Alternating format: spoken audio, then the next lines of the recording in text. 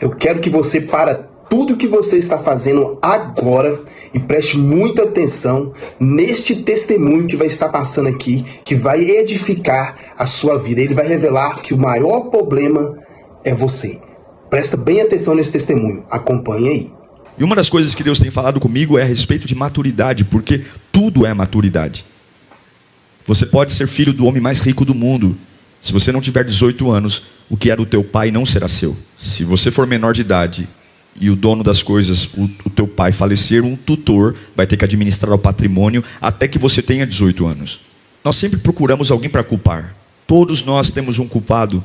Alguém que a gente coloca para responsabilizar pela vida que temos e onde estamos. Porque enquanto ficamos nessas lorotas e tentar encontrar responsáveis por nossa vida, a nossa vida está à mercê de tudo, parada, estacionada. Quero que você diga para você mesmo: o meu maior problema sou eu. Gênesis capítulo 25, versículo 29 fala assim: certa vez, quando Jacó preparava um ensopado, Esaú chegou faminto, voltando do campo, e pediu-lhe: dê-me um pouco desse ensopado vermelho aí, estou faminto. Por isso também foi chamado Edom. Respondeu-lhe Jacó: venda-me primeiro o seu direito de filho mais velho. Disse Esaú: estou quase morrendo, de que me vale esse direito? Jacó, porém, insistiu: jure primeiro. E ele fez um juramento vendendo o seu direito de filho mais velho a Jacó. Então Jacó serviu a Esaú pão com ensopado de lentilhas. Ele comeu e bebeu. Assim Esaú desprezou o seu direito de filho mais velho. Eu quero falar sobre Esaú. Eu estive debruçado sobre ele, sobre esse personagem bíblico, por alguns dias. E talvez você que seja novo na igreja, novo convertido, talvez tenha ouvido falar pouco sobre Esaú. Porque ele não é muito famoso, ele não é muito pregado, ele não é muito ouvido. O nome dele não é tão comum. A gente ouve muito pregações sobre Abraão, sobre Isaac, sobre Jacó, mas Esaú não é tão pregado, não é tão falado. Porque por culpa dele mesmo. Esaú, na verdade, todos os direitos que Deus reservou a Abraão, que passaram para o seu filho Isaac, todos os direitos de autoridade, paternidade, deveriam ter sido passados para Esaú. Esaú deveria estar na lista. Hoje nós falamos o Deus de Abraão, de Isaac e Jacó. Não deveria ser Jacó. Deveria ser o Deus de Abraão, de Isaac e Esaú. Era ele. Era ele que tinha que estar aqui. Era ele que tinha que ser o herdeiro. Era ele que tinha que ser o grande patriarca. Esaú era o verdadeiro herdeiro. A bênção tinha que estar sobre ele. E não era só uma bênção espiritual. Todos os benefícios financeiros, por ser neto de Abraão, todos os benefícios de propriedades, direitos, serviços, intelectualidade, referência, tudo deveria ser dele. Mas ele perdeu absolutamente tudo, porque num dia ele teve fome. Irmão, a fome fez um homem perder tudo. Por conta da fome, Esaú não é pregado nos nossos dias hoje. Por conta de uma fome, ele não está mais entre a galeria dos patriarcas da fé. E um belo dia, ele está caçando, ele era um caçador, ele chega para casa com muita fome. Jacó está no fogão, à beira do fogão, preparando uma sopa de lentilha. Há um cheiro e há um homem faminto. Há um aroma de comida e há um homem faminto. E porque Esaú está com fome, ele faz um acordo com o irmão Jacó. E nesse acordo custou tudo, absolutamente tudo. Por conta de um prato de sopa, ele vendeu a sua primogenitura, o direito da bênção patriarcal, o direito das propriedades, o direito da intelectualidade, o direito de ser chefe de uma nação. A nação de Israel deveria ser descendência dele. Mas quando você conversa com Esaú, se ele estivesse aqui, Esaú diria assim: a culpa foi de Jacó. Eu perdi a minha primogenitura porque o meu irmão gêmeo Jacó me enganou. E algumas vezes a gente cai nessa ideia, porque Jacó, convenhamos, não é muita flor que se cheire também. O nome Jacó já significa trapaceiro, enganador. Então durante muitas vezes a gente coloca em Jacó a culpa, porque Esaú trocou a sua primogenitura por um prato de lentilha, porque Jacó já tinha a sua fama de não ser um homem muito honesto. Jacó tinha o seu histórico de estupidez. Mas se a gente fizer uma análise justa, uma análise coerente, Jacó propôs trocar um patinete por uma Ferrari 0 km.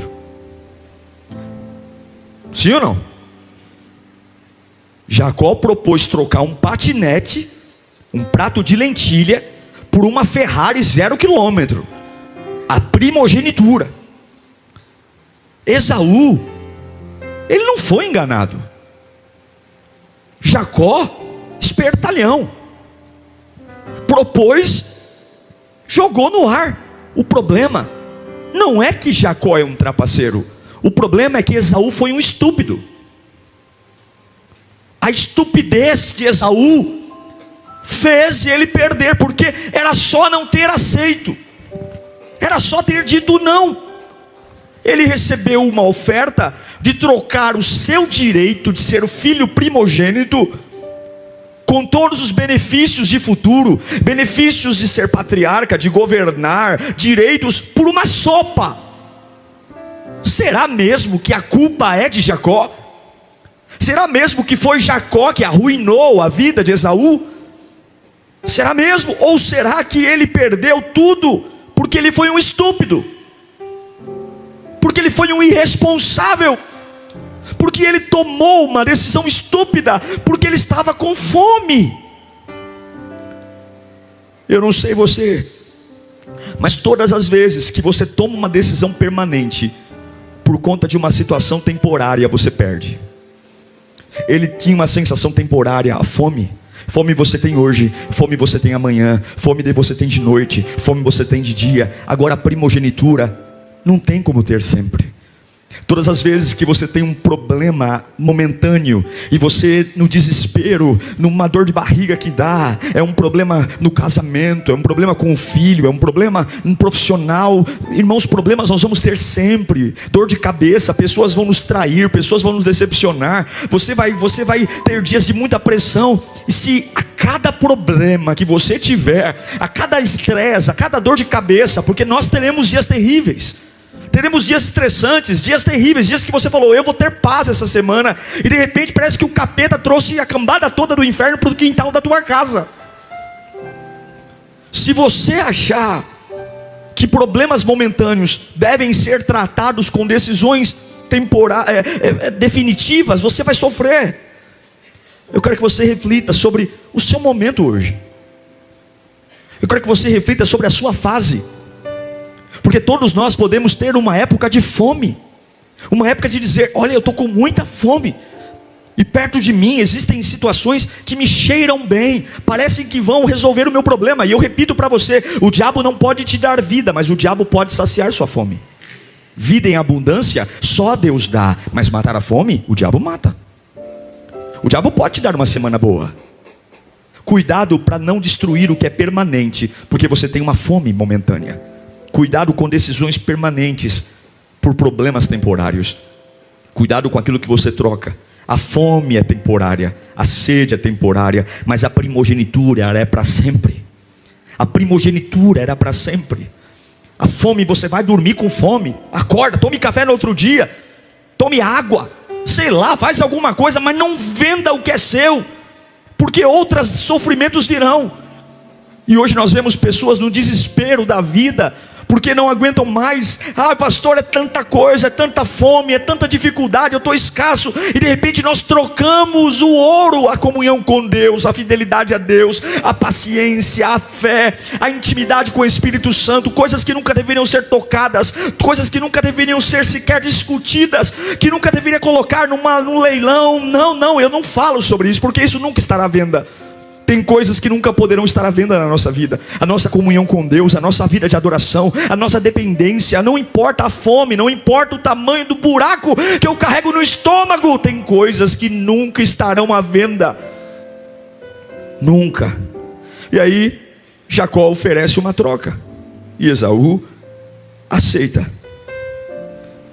Cuidado, queridos, porque todos nós criticamos Esaú, mas todos nós também tomamos decisões estúpidas. Eu já tomei decisões estúpidas. Eu tenho certeza que todos nós aqui já fomos estúpidos. Somos muito rápidos em julgar Esaú e dizer como que ele foi idiota, como que ele foi babaca de trocar a sua primogenitura por uma sopa. Mas todos nós corremos o risco de trocar 30 anos de história por 30 minutos. Escute, uma decisão sua,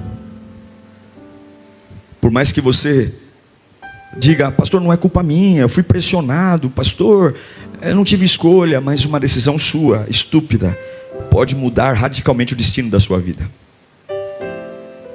Decisões estúpidas mudam o nosso destino e mudam a nossa herança. E o que o diabo mais deseja é que você seja como um carro sem freio, que todos os momentos esteja, não raciocine mais, não pense mais, não escolha mais, e você vai estupidamente tomando decisões sem raciocínio, sem pensar, sem escolher. Parece que todos os dias a gente, porque tem fome, escolhe. Traz pessoas para perto da gente que não deveria, faz alianças com quem não deveria, compra o que não deveria, fala o que não deveria. E aí a gente diz, não me incomodem porque eu tenho fome. Não me incomodem porque eu tenho fome. Eu estou com fome. Leve minha paz, leve minha alegria, leve minha comunhão com Deus, mas por favor me dê uma sopa. Por favor, Deus, me dê essa sopa. Me dê essa sopa. Mas preste atenção, o que mais me perturba em Esaú não é a estupidez dele, porque, com todo o respeito que tenho a você e tenho a mim, todos nós também temos um pouco de estupidez. Todos nós temos uma tendência a tomar decisões estúpidas. Mas o que me choca, o que me perturba, não é a estupidez de Esaú, é o que vem depois. É o que vem depois. Porque se a gente sentar do lado de Esaú na vida, lá no céu, sei lá para onde ele foi, ou para onde ele vai, a gente vai sempre ter um pouco de nós em Esaú e um pouco de Esaú em nós. A gente corre o risco, mas o que me incomoda é a arrogância desse camarada. Eu quero ler com você o que acontece com ele. Quando Isaac vai abençoar Esaú, logo depois de Isaac já ter abençoado Jacó, você sabe que Jacó trapaceou. Jacó colocou a roupa de Esaú, colocou pelo de Esaú, era mais peludo, e ele se passou pelo irmão para ser abençoado. Vamos ler isso em Gênesis capítulo 27, versículo 30. Fala assim, ó: quando Isaac acabou de abençoar Jacó, mal tendo ele saído da presença do pai, o seu irmão Esaú chegou da caçada. Ele também preparou uma comida saborosa e a trouxe ao seu pai. E ele disse: meu pai, levante-se e coma da minha caça, para que o Senhor me dê a bênção. Ele já tinha vendido a bênção por irmão. E perguntou seu pai Isaac. Isaac estava cego, por isso que ele não identificava quem era o filho. Jacó já tinha passado e recebido a bênção em nome do irmão. Quem é você? Ele respondeu: sou Esaú, seu filho mais velho. Profundamente abalado, Isaac percebeu que o golpe foi dado, né? Jacó já tinha se passado por Esaú. Isaac começou a tremer muito e disse: quem então apanhou a caça e trouxe a mim? Acabei de comê-la antes de você entrar e a ele abençoei, e abençoado ele será. E quando Esaú ouviu as palavras de seu pai, deu um forte grito e, cheio de amargura, implorou ao seu pai. Ele já tinha vendido, mas ainda assim está implorando: abençoe também a mim, meu pai. Mas ele respondeu: seu irmão chegou astutamente e recebeu a bênção que pertencia a você. E disse Esaú: não é com razão que seu nome é Jacó, já é a segunda vez que ele me engana. Será mesmo que ele enganou Jacó, Esaú? Ou Esaú, que era um grande estúpido? Primeiro tomou o meu direito de filho mais velho, agora recebeu a minha bênção. Então perguntou ao pai: o Senhor não reservou nenhuma bênção para mim, pai? Isaque respondeu a Esaú: eu o constituí senhor sobre você, e a todos os seus parentes tornei servos dele, e a ele supri de cereal e de vinho. Que é que eu poderia fazer por você, meu filho? Não ficou nada para você. Esaú pediu ao pai: meu pai, o Senhor tem apenas uma bênção, abençoe-me também, meu pai. E então, o que ele fez? Chorou em alta voz. Versículo 41 de Gênesis 27. Vamos entender esse personagem Esaú. Esaú guardou rancor de Jacó, contra Jacó, por causa da bênção que seu pai lhe dera, e disse a si mesmo: os dias de luto pela morte de meu pai estão próximos, então matarei meu irmão Jacó. Na cabeça de Esaú, ele perdeu a primogenitura porque o irmão enganou. Na cabeça de Esaú, ele perdeu a primogenitura, ele perdeu a bênção porque o irmão trapaceou com ele. Mas ele não consegue olhar no espelho e dizer: eu sou um estúpido. E lá no Novo Testamento, em Hebreus capítulo 12, fala de Esaú. Olha esse texto, Hebreus 12, 16. Preste atenção. Que não haja nenhum imoral ou profano, como quem? Lá no Novo Testamento, como Esaú, que por uma única refeição vendeu os seus direitos de herança como filho mais velho. Olha o próximo verso. Como vocês sabem, posteriormente, quando quis herdar a bênção, foi rejeitado, mas não teve, fala comigo, ele não teve como alterar a decisão, embora buscasse com lágrimas.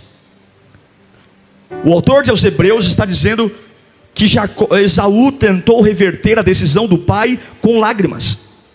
Depois de uma decisão estúpida de trocar a primogenitura por uma sopa, o que é mais grave na vida de Esaú não é a perda da primogenitura, escute gente, mas é um sistema de estupidez que ele não consegue escapar.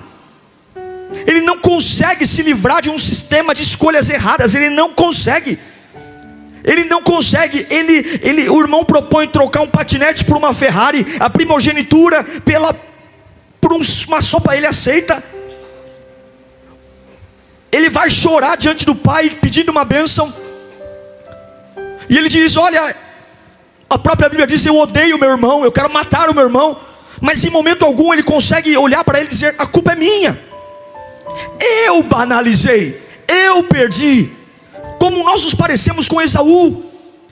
Não são apenas escolhas estúpidas, uma ou outra, mas infelizmente muitos de nós estamos presos numa estupidez, presos.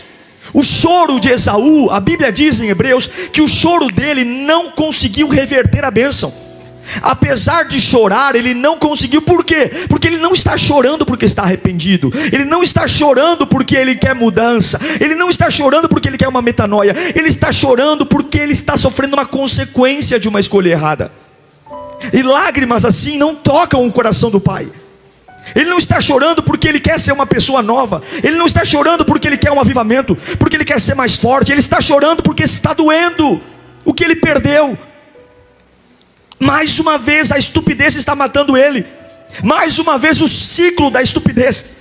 E eu quero pregar nesta noite para dizer que apesar do nosso desejo de mudança, apesar da gente olhar para a vida e dizer: eu quero ser uma pessoa melhor, pastor, eu quero ser uma pessoa diferente, eu quero alcançar coisas novas, eu quero dizer que as nossas lágrimas nunca serão responsáveis pelas grandes mudanças da nossa vida.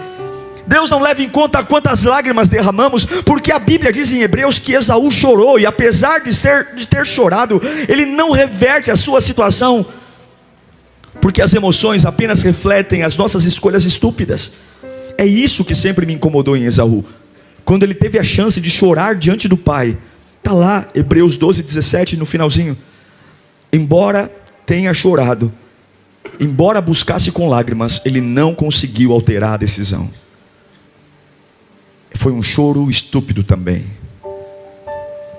Embora ele chorou, ele se entristeceu, mas ele não conseguiu reverter a decisão de Isaque. Isaque disse: a bênção fica com Jacó. Veja, aqui está a razão de não se libertar. Aqui está a razão de ficar sempre: eu vou casar 10 vezes e vou sofrer 10 vezes. Eu vou ser mandado embora da empresa 5 vezes. E vou sofrer 5 vezes. Eu troco João pelo Pedro, Pedro pelo Antônio, Antônio pelo Lucas. Os nomes mudam, mas é a mesma coisa. São as mesmas pessoas. Porque o arrependimento de Esaú foi um arrependimento de lágrimas. E lágrimas todos nós derramamos. Lágrima é o grito da alma. Dói, a gente chora. Sentiu pena, a gente chora. A culpa nos faz chorar. O remorso nos faz chorar. A solidão nos faz chorar. A incompreensão nos faz chorar. E o autor aos Hebreus diz que embora tenha chorado, não foi possível reverter a sua situação. Ele não conseguiu chorar e encontrar a herança. Esaú estava destinado a ser grande. Esaú estava destinado a ter uma grande herança. Esaú estava destinado a ser um homem poderoso. E uma sopa, uma fome, um dia alterou a vida desse homem para sempre. E quando ele teve a oportunidade de corrigir o ciclo da estupidez, ele está diante de Isaac. Ele chora, mas ele não chora porque ele está arrependido. Ele chora porque ele está com ódio do irmão. Ele chora porque ele não acha justo. Em nenhum momento o choro dele tem a ver com ele. Tem a ver com a necessidade de mudança dele, com a necessidade de transformação dele. Ele chora porque ele está odiando o cenário que ele está vivendo. É horrível perder tudo, então ele chora. E esse choro Deus não vê, Deus não sente. Irmãos, todos nós temos que quebrar um ciclo na nossa vida.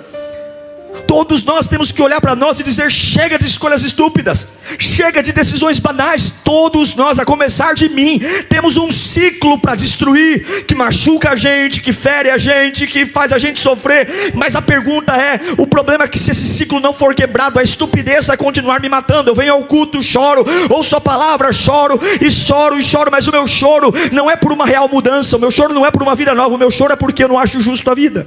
O meu choro é porque as pessoas me tratam mal.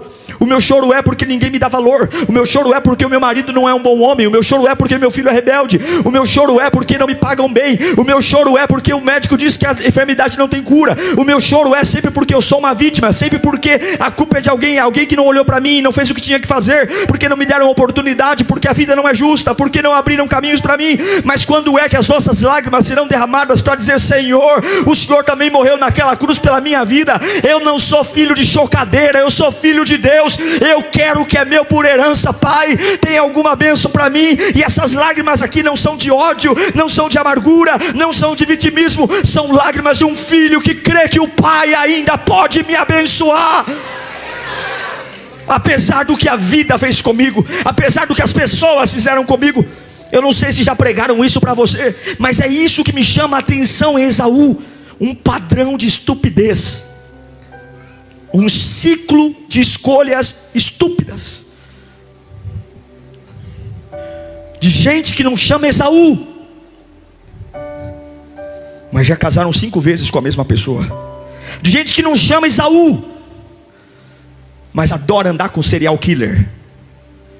Sabe o que é um serial killer? Trazer perto de você gente que te mata, que te destrói. É um dedo podre dos infernos. Não sabe escolher. Tinha tudo para ser feliz, tinha tudo para ter dignidade, tinha tudo para ser honrado, tinha tudo para ser abençoado, tinha tudo. Pega uma Ferrari e troca por um patinete. E depois, será que a vida é injusta?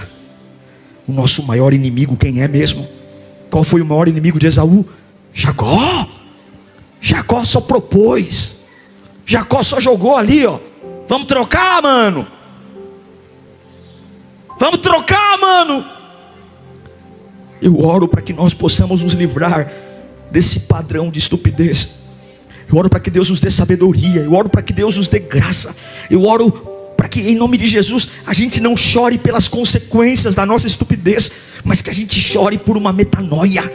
Eu quero ver o reino de Deus na minha vida. Eu quero ver o poder de Deus na minha vida. Eu quero ver a glória de Deus exalar em mim. Eu quero ver o poder de Deus, porque Deus é misericordioso e compassivo. E mesmo com todas as burradas que eu já fiz na vida, se eu chorar com as lágrimas certas, Deus sempre vai me dar uma nova chance. Sabe por que a gente bate tanta cabeça? Porque a lágrima é uma lágrima estúpida. A gente não chora por uma vida nova. A gente chora porque tem dó de si mesmo. A gente chora porque culpa o mundo. A gente chora porque as consequências dos erros doem, e isso não toca o coração de Deus. O que toca o coração de Deus é uma mudança radical de pensamento. Não é chorar porque estou triste, não é chorar porque a vida está difícil, é chorar porque eu tenho uma necessidade de mudança, Senhor. Eu tenho uma necessidade, eu não quero estragar meu futuro, eu não quero estragar minha vida, eu não quero chorar, eu quero chorar para ter uma inteligência diferente, eu quero chorar por sabedoria, eu quero chorar para que eu não seja mais um fraco, eu quero chorar, não quero me emocionar, não, eu quero chorar por poder, eu quero chorar para dizer: Senhor, eu fui um burro, Senhor, eu fui um ignorante,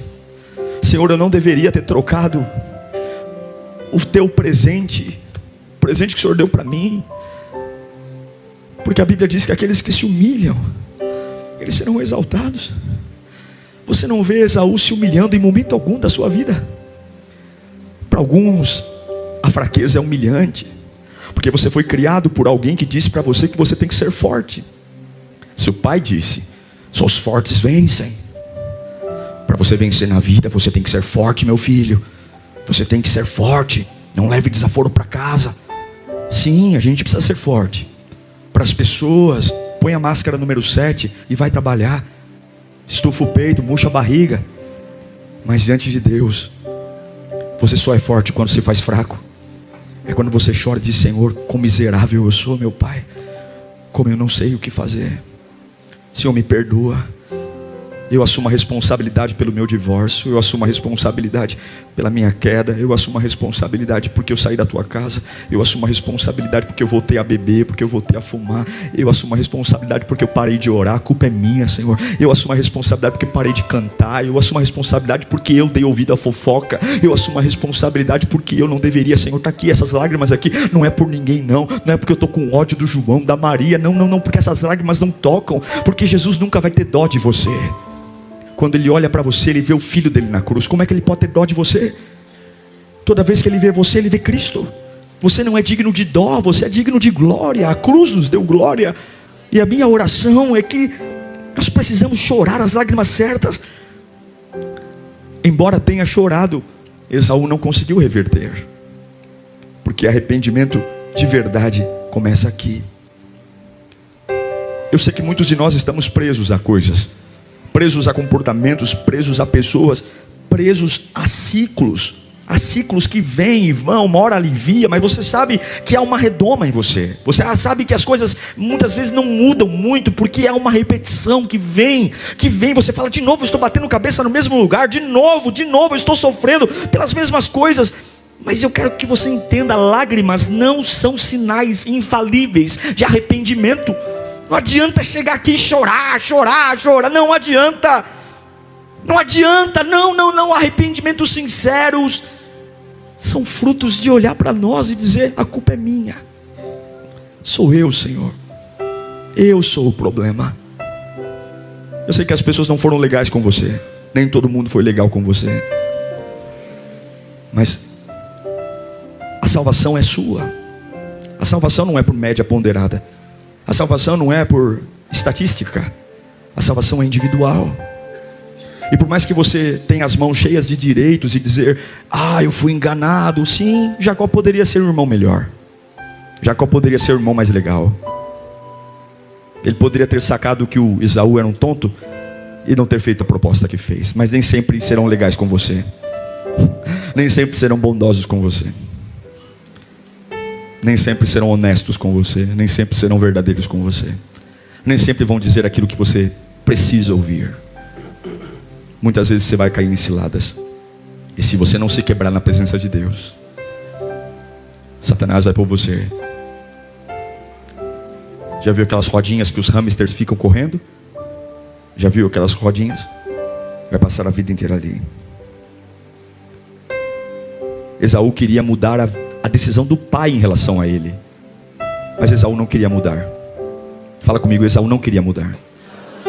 Ele queria que o pai mudasse, ele queria que Jacó mudasse, mas ele não queria mudar. Eu amo a Bíblia. Você ama a Bíblia? A Bíblia diz em Mateus 7,7, melhor, Jesus diz: peçam e será dado, busquem, encontrarão, batam e a porta será aberta. Se você busca de verdade o que é nobre, você encontra.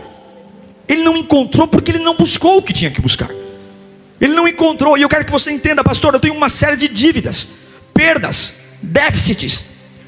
Se você entregar sua vida a Deus de verdade, se você chorar por você, não tem nada a ver com mãe, pai, filho, marido, esposa, tem tudo a ver comigo. Se você chorar por você, Deus resolve as suas pendências. Escute, Deus nunca chamou para você resolver seus problemas.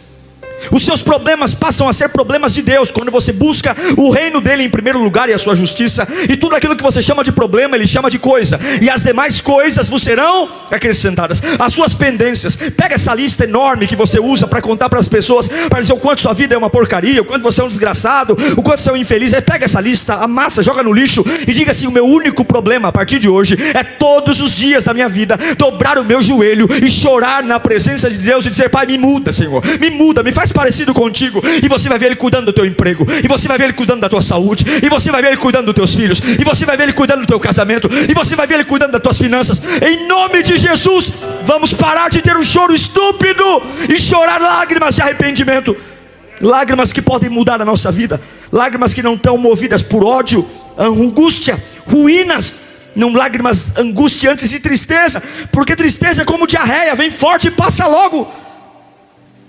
Mas as palavras certas, escute o que eu vou dizer. Eu já tive dó de muita gente que chorou diante de mim. Eu já tive dó de muita gente que chegou e falou: pastor, eu sofro tanto. E dá vontade de você pegar aquela pessoa no colo e levar para casa. Porque nós somos assim, emocionais, românticos. Nós amamos um drama, nós amamos uma novela, nós amamos uma história difícil, porque isso nos dá assunto, a gente conta no metrô depois. Mas essas histórias não têm fundamento, elas acabam. Jesus nunca vai entrar na nossa onda de drama, porque Ele sabe de verdade o que acontece aqui dentro. Ele sabe de verdade as minhas motivações.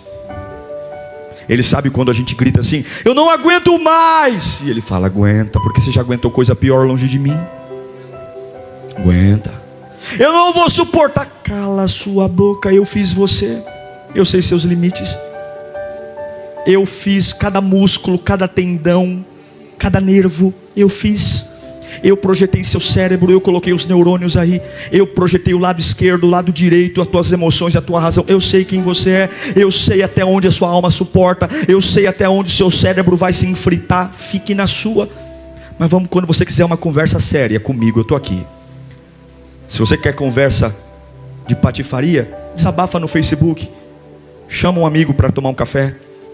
Agora, quando você quiser conversar de verdade, quando você quiser largar o volante e deixar eu assumir o controle da sua vida, eu estou aqui esperando você, meu filho.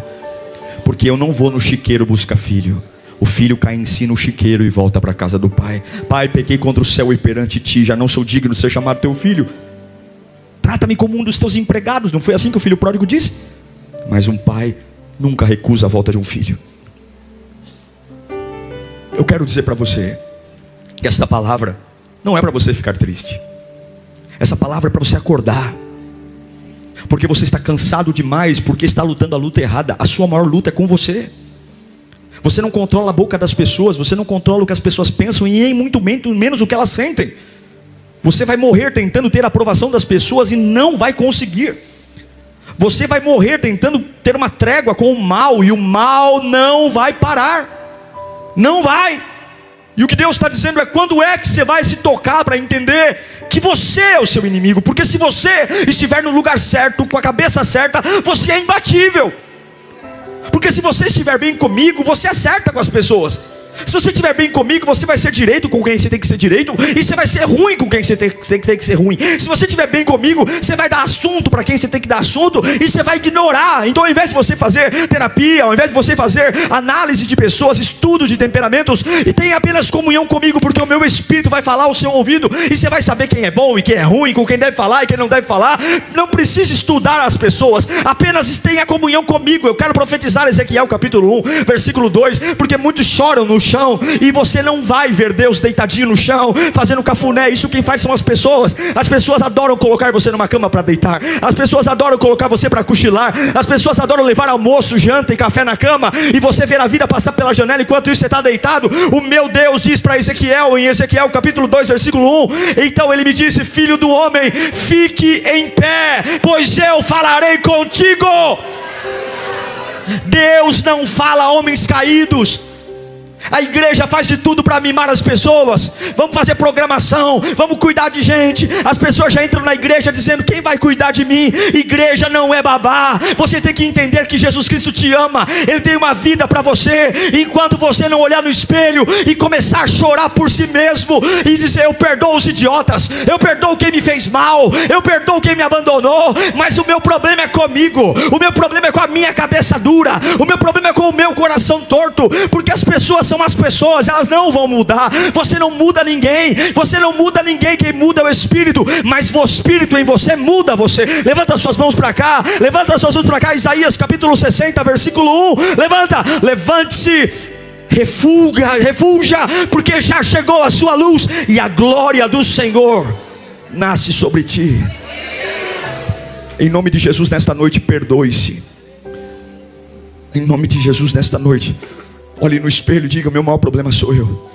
Essa depressão não passa por minha causa, essa ansiedade não passa por minha causa, essa solidão é minha causa. Porque as minhas lágrimas são lágrimas estúpidas, tão estúpidas quanto as minhas escolhas do passado. As minhas lágrimas não são lágrimas genuínas. Eu apenas estou chorando porque estou triste. Eu apenas estou chorando porque as consequências dos meus erros estão doendo. Eu apenas estou chorando porque eu tenho medo do que vai me acontecer. Quando é que nós vamos chorar para dizer: Senhor, me muda, Senhor, me muda, Senhor, me muda? O maior inimigo sou eu. Jacó perdeu, Esaú perdeu tudo. Esaú perdeu tudo. Porque ele viveu num ciclo de estupidez. Esta palavra não é para humilhar ninguém aqui. Essa palavra é para dizer: ainda há esperança. Quebra esse ciclo de estupidez. Pare de esperar por alguém. Pare de esperar pelos outros.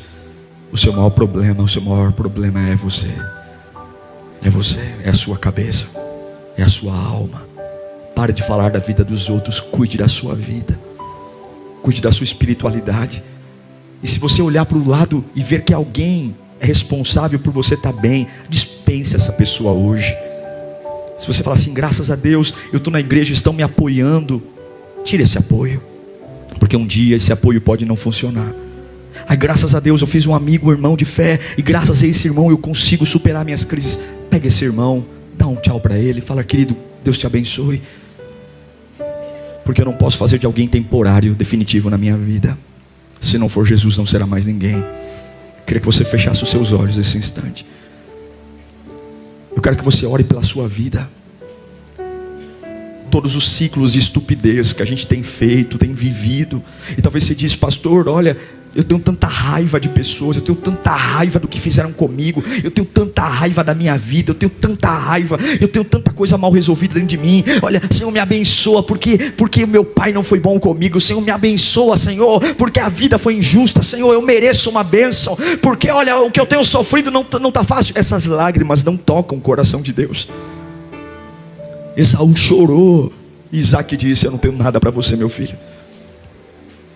Eu não tenho nada para você. Eu não tenho nada. Mas aqueles que se humilham.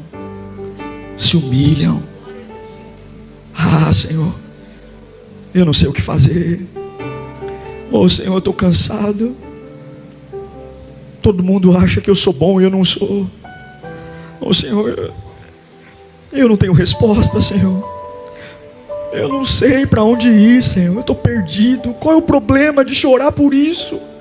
Dizer: Senhor, eu não sei o que agir, como agir, Senhor. Eu não sei, eu fui um estúpido a vida toda. Eu estou aqui, me ajuda. Se vós, sendo maus, quando os filhos pedem pão, não dão pedra. Se vós, sendo maus, cuidam bem dos vossos filhos, quem dirá o vosso Pai que está no céu? Olhe para as aves, elas não semeiam. Olhe para os lírios. vamos rasgar o coração e dizer: Senhor, eu sou o meu problema.